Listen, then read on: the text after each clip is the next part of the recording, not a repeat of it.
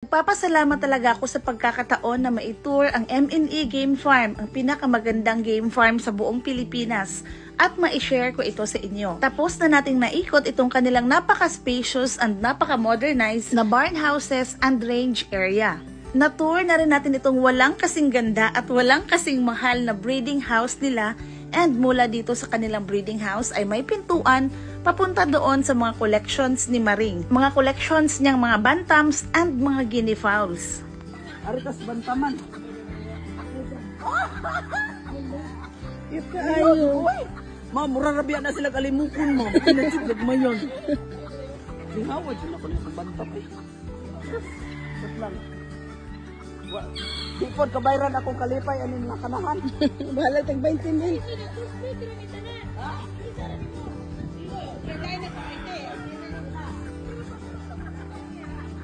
Nag-gross na ni. Wala pa gross rate mo.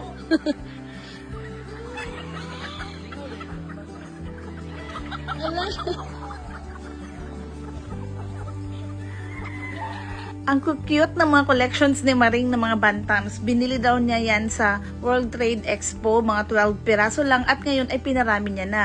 Andito rin ang kanyang mga guinea fowls, pero super idlas po ang kanyang mga guinea fowls. Pag lalapit ka ay lilipad sila palayo sa'yo or aalis talaga sila palayo sa'yo. Mula dito ay makikita natin ang iba pa nilang mga range area. Ang dami nilang range area, iba pa yung nasa ibabaw. Kasi pag ginagamit nila ito ay ilang months or year bago nila gagamitin ulit. Dito sa labas naman ng kanilang range area ay andyan din ang kanilang mga hardening pens. At sa tapat ng kanilang hardening pens ay andyan ang kanilang napakalawak na cord area. Oh, bata pa.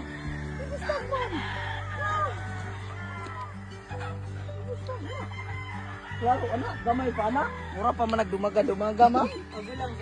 Oh.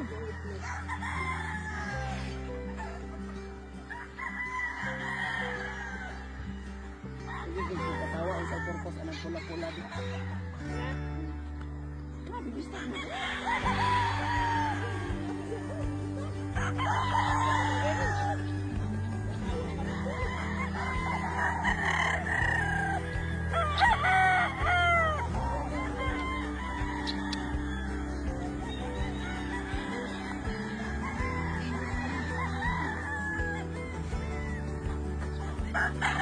Fast forward naman tayo dito sa bandang ibabaw ay nandito ang mga pinagawa nilang bahay or mga kwarto ng kanilang mga kasamahan dito sa kanilang game farm.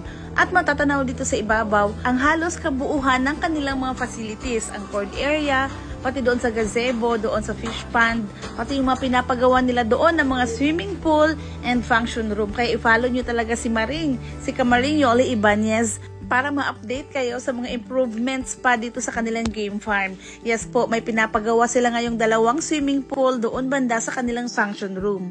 At habang tinitingnan natin ang kanilang cord area, ay i-share ko sa inyo kung ano ang aking mga na-learn sa aking pag-tour dito. Of course, nabusog ang aking mga mata at super na-amaze talaga ako. At the same time, ay na-inspire talaga ako sa kanila. Ito ay isang halimbawa na hindi masama ang mangarap because M&E Game Farm is not made overnight. It is made of a dream, hard work, perseverance, prayers, and being strong sa mga pagsubok ng buhay. And no wonder na bless sila ng ganito dahil napakabait nila, napaka-humble, and they are blessings to others. Sobrang na-overwhelmed ako sa kanilang mga facilities kaya ang dami kong nakuhang videos dito. Pero of course, meron din tayong video na kanilang mga manok, especially itong kanilang winning line na Ewens White. Isa ito sa dahilan kung bakit nakuha nila ang titulong Cocker of the Year, Breeder of the Year, and marami pang mga champions. Nag-walking din kami ni Kamaring and ni Ma'am Maylin, and true enough, inabot kami ng gabi bago namin nalibot ang buong game farm nila.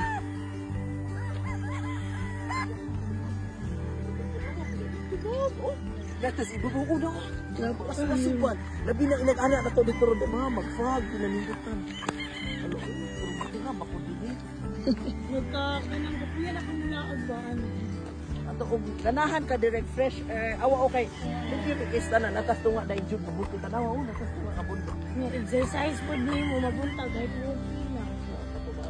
Nasa gitna talaga ng bundok ang M&E Game Farm kaya napaka-fresh ng hangin dito. At ang sarap talagang tumira dito dahil aside sa fresh air ay only foods pa. Kaya thank you so much Kamaring Yoli and Pare-Pare for allowing us na ma-tour ang inyong napakagandang game farm. And for the very genuine na pagtanggap at pag-accommodate sa amin. So itong malawak nila na game farm ay puno din ng mga solar lights. And yan po ang M&A Game Farm paggabi. Yan po ang kanilang view during night time. And yan of course ang iconic na dalawang manok ni Iwin, ang Black Kelso and ang Iwin's White. So hanggang dito na lang po ang aking video. Please like and share if nagustuhan nyo and follow for more. Paki-comment na rin po kung taga saan kayo para malaman natin kung saan na nakakaabot itong ating video. Tandaan na kapag may itinanim, may aanihin and matuto tayong mag-breeding kasi pag may maraming itlog, maraming manok, mas maraming pagkakakitaan. Thank you so much for watching and God bless everyone. Bye!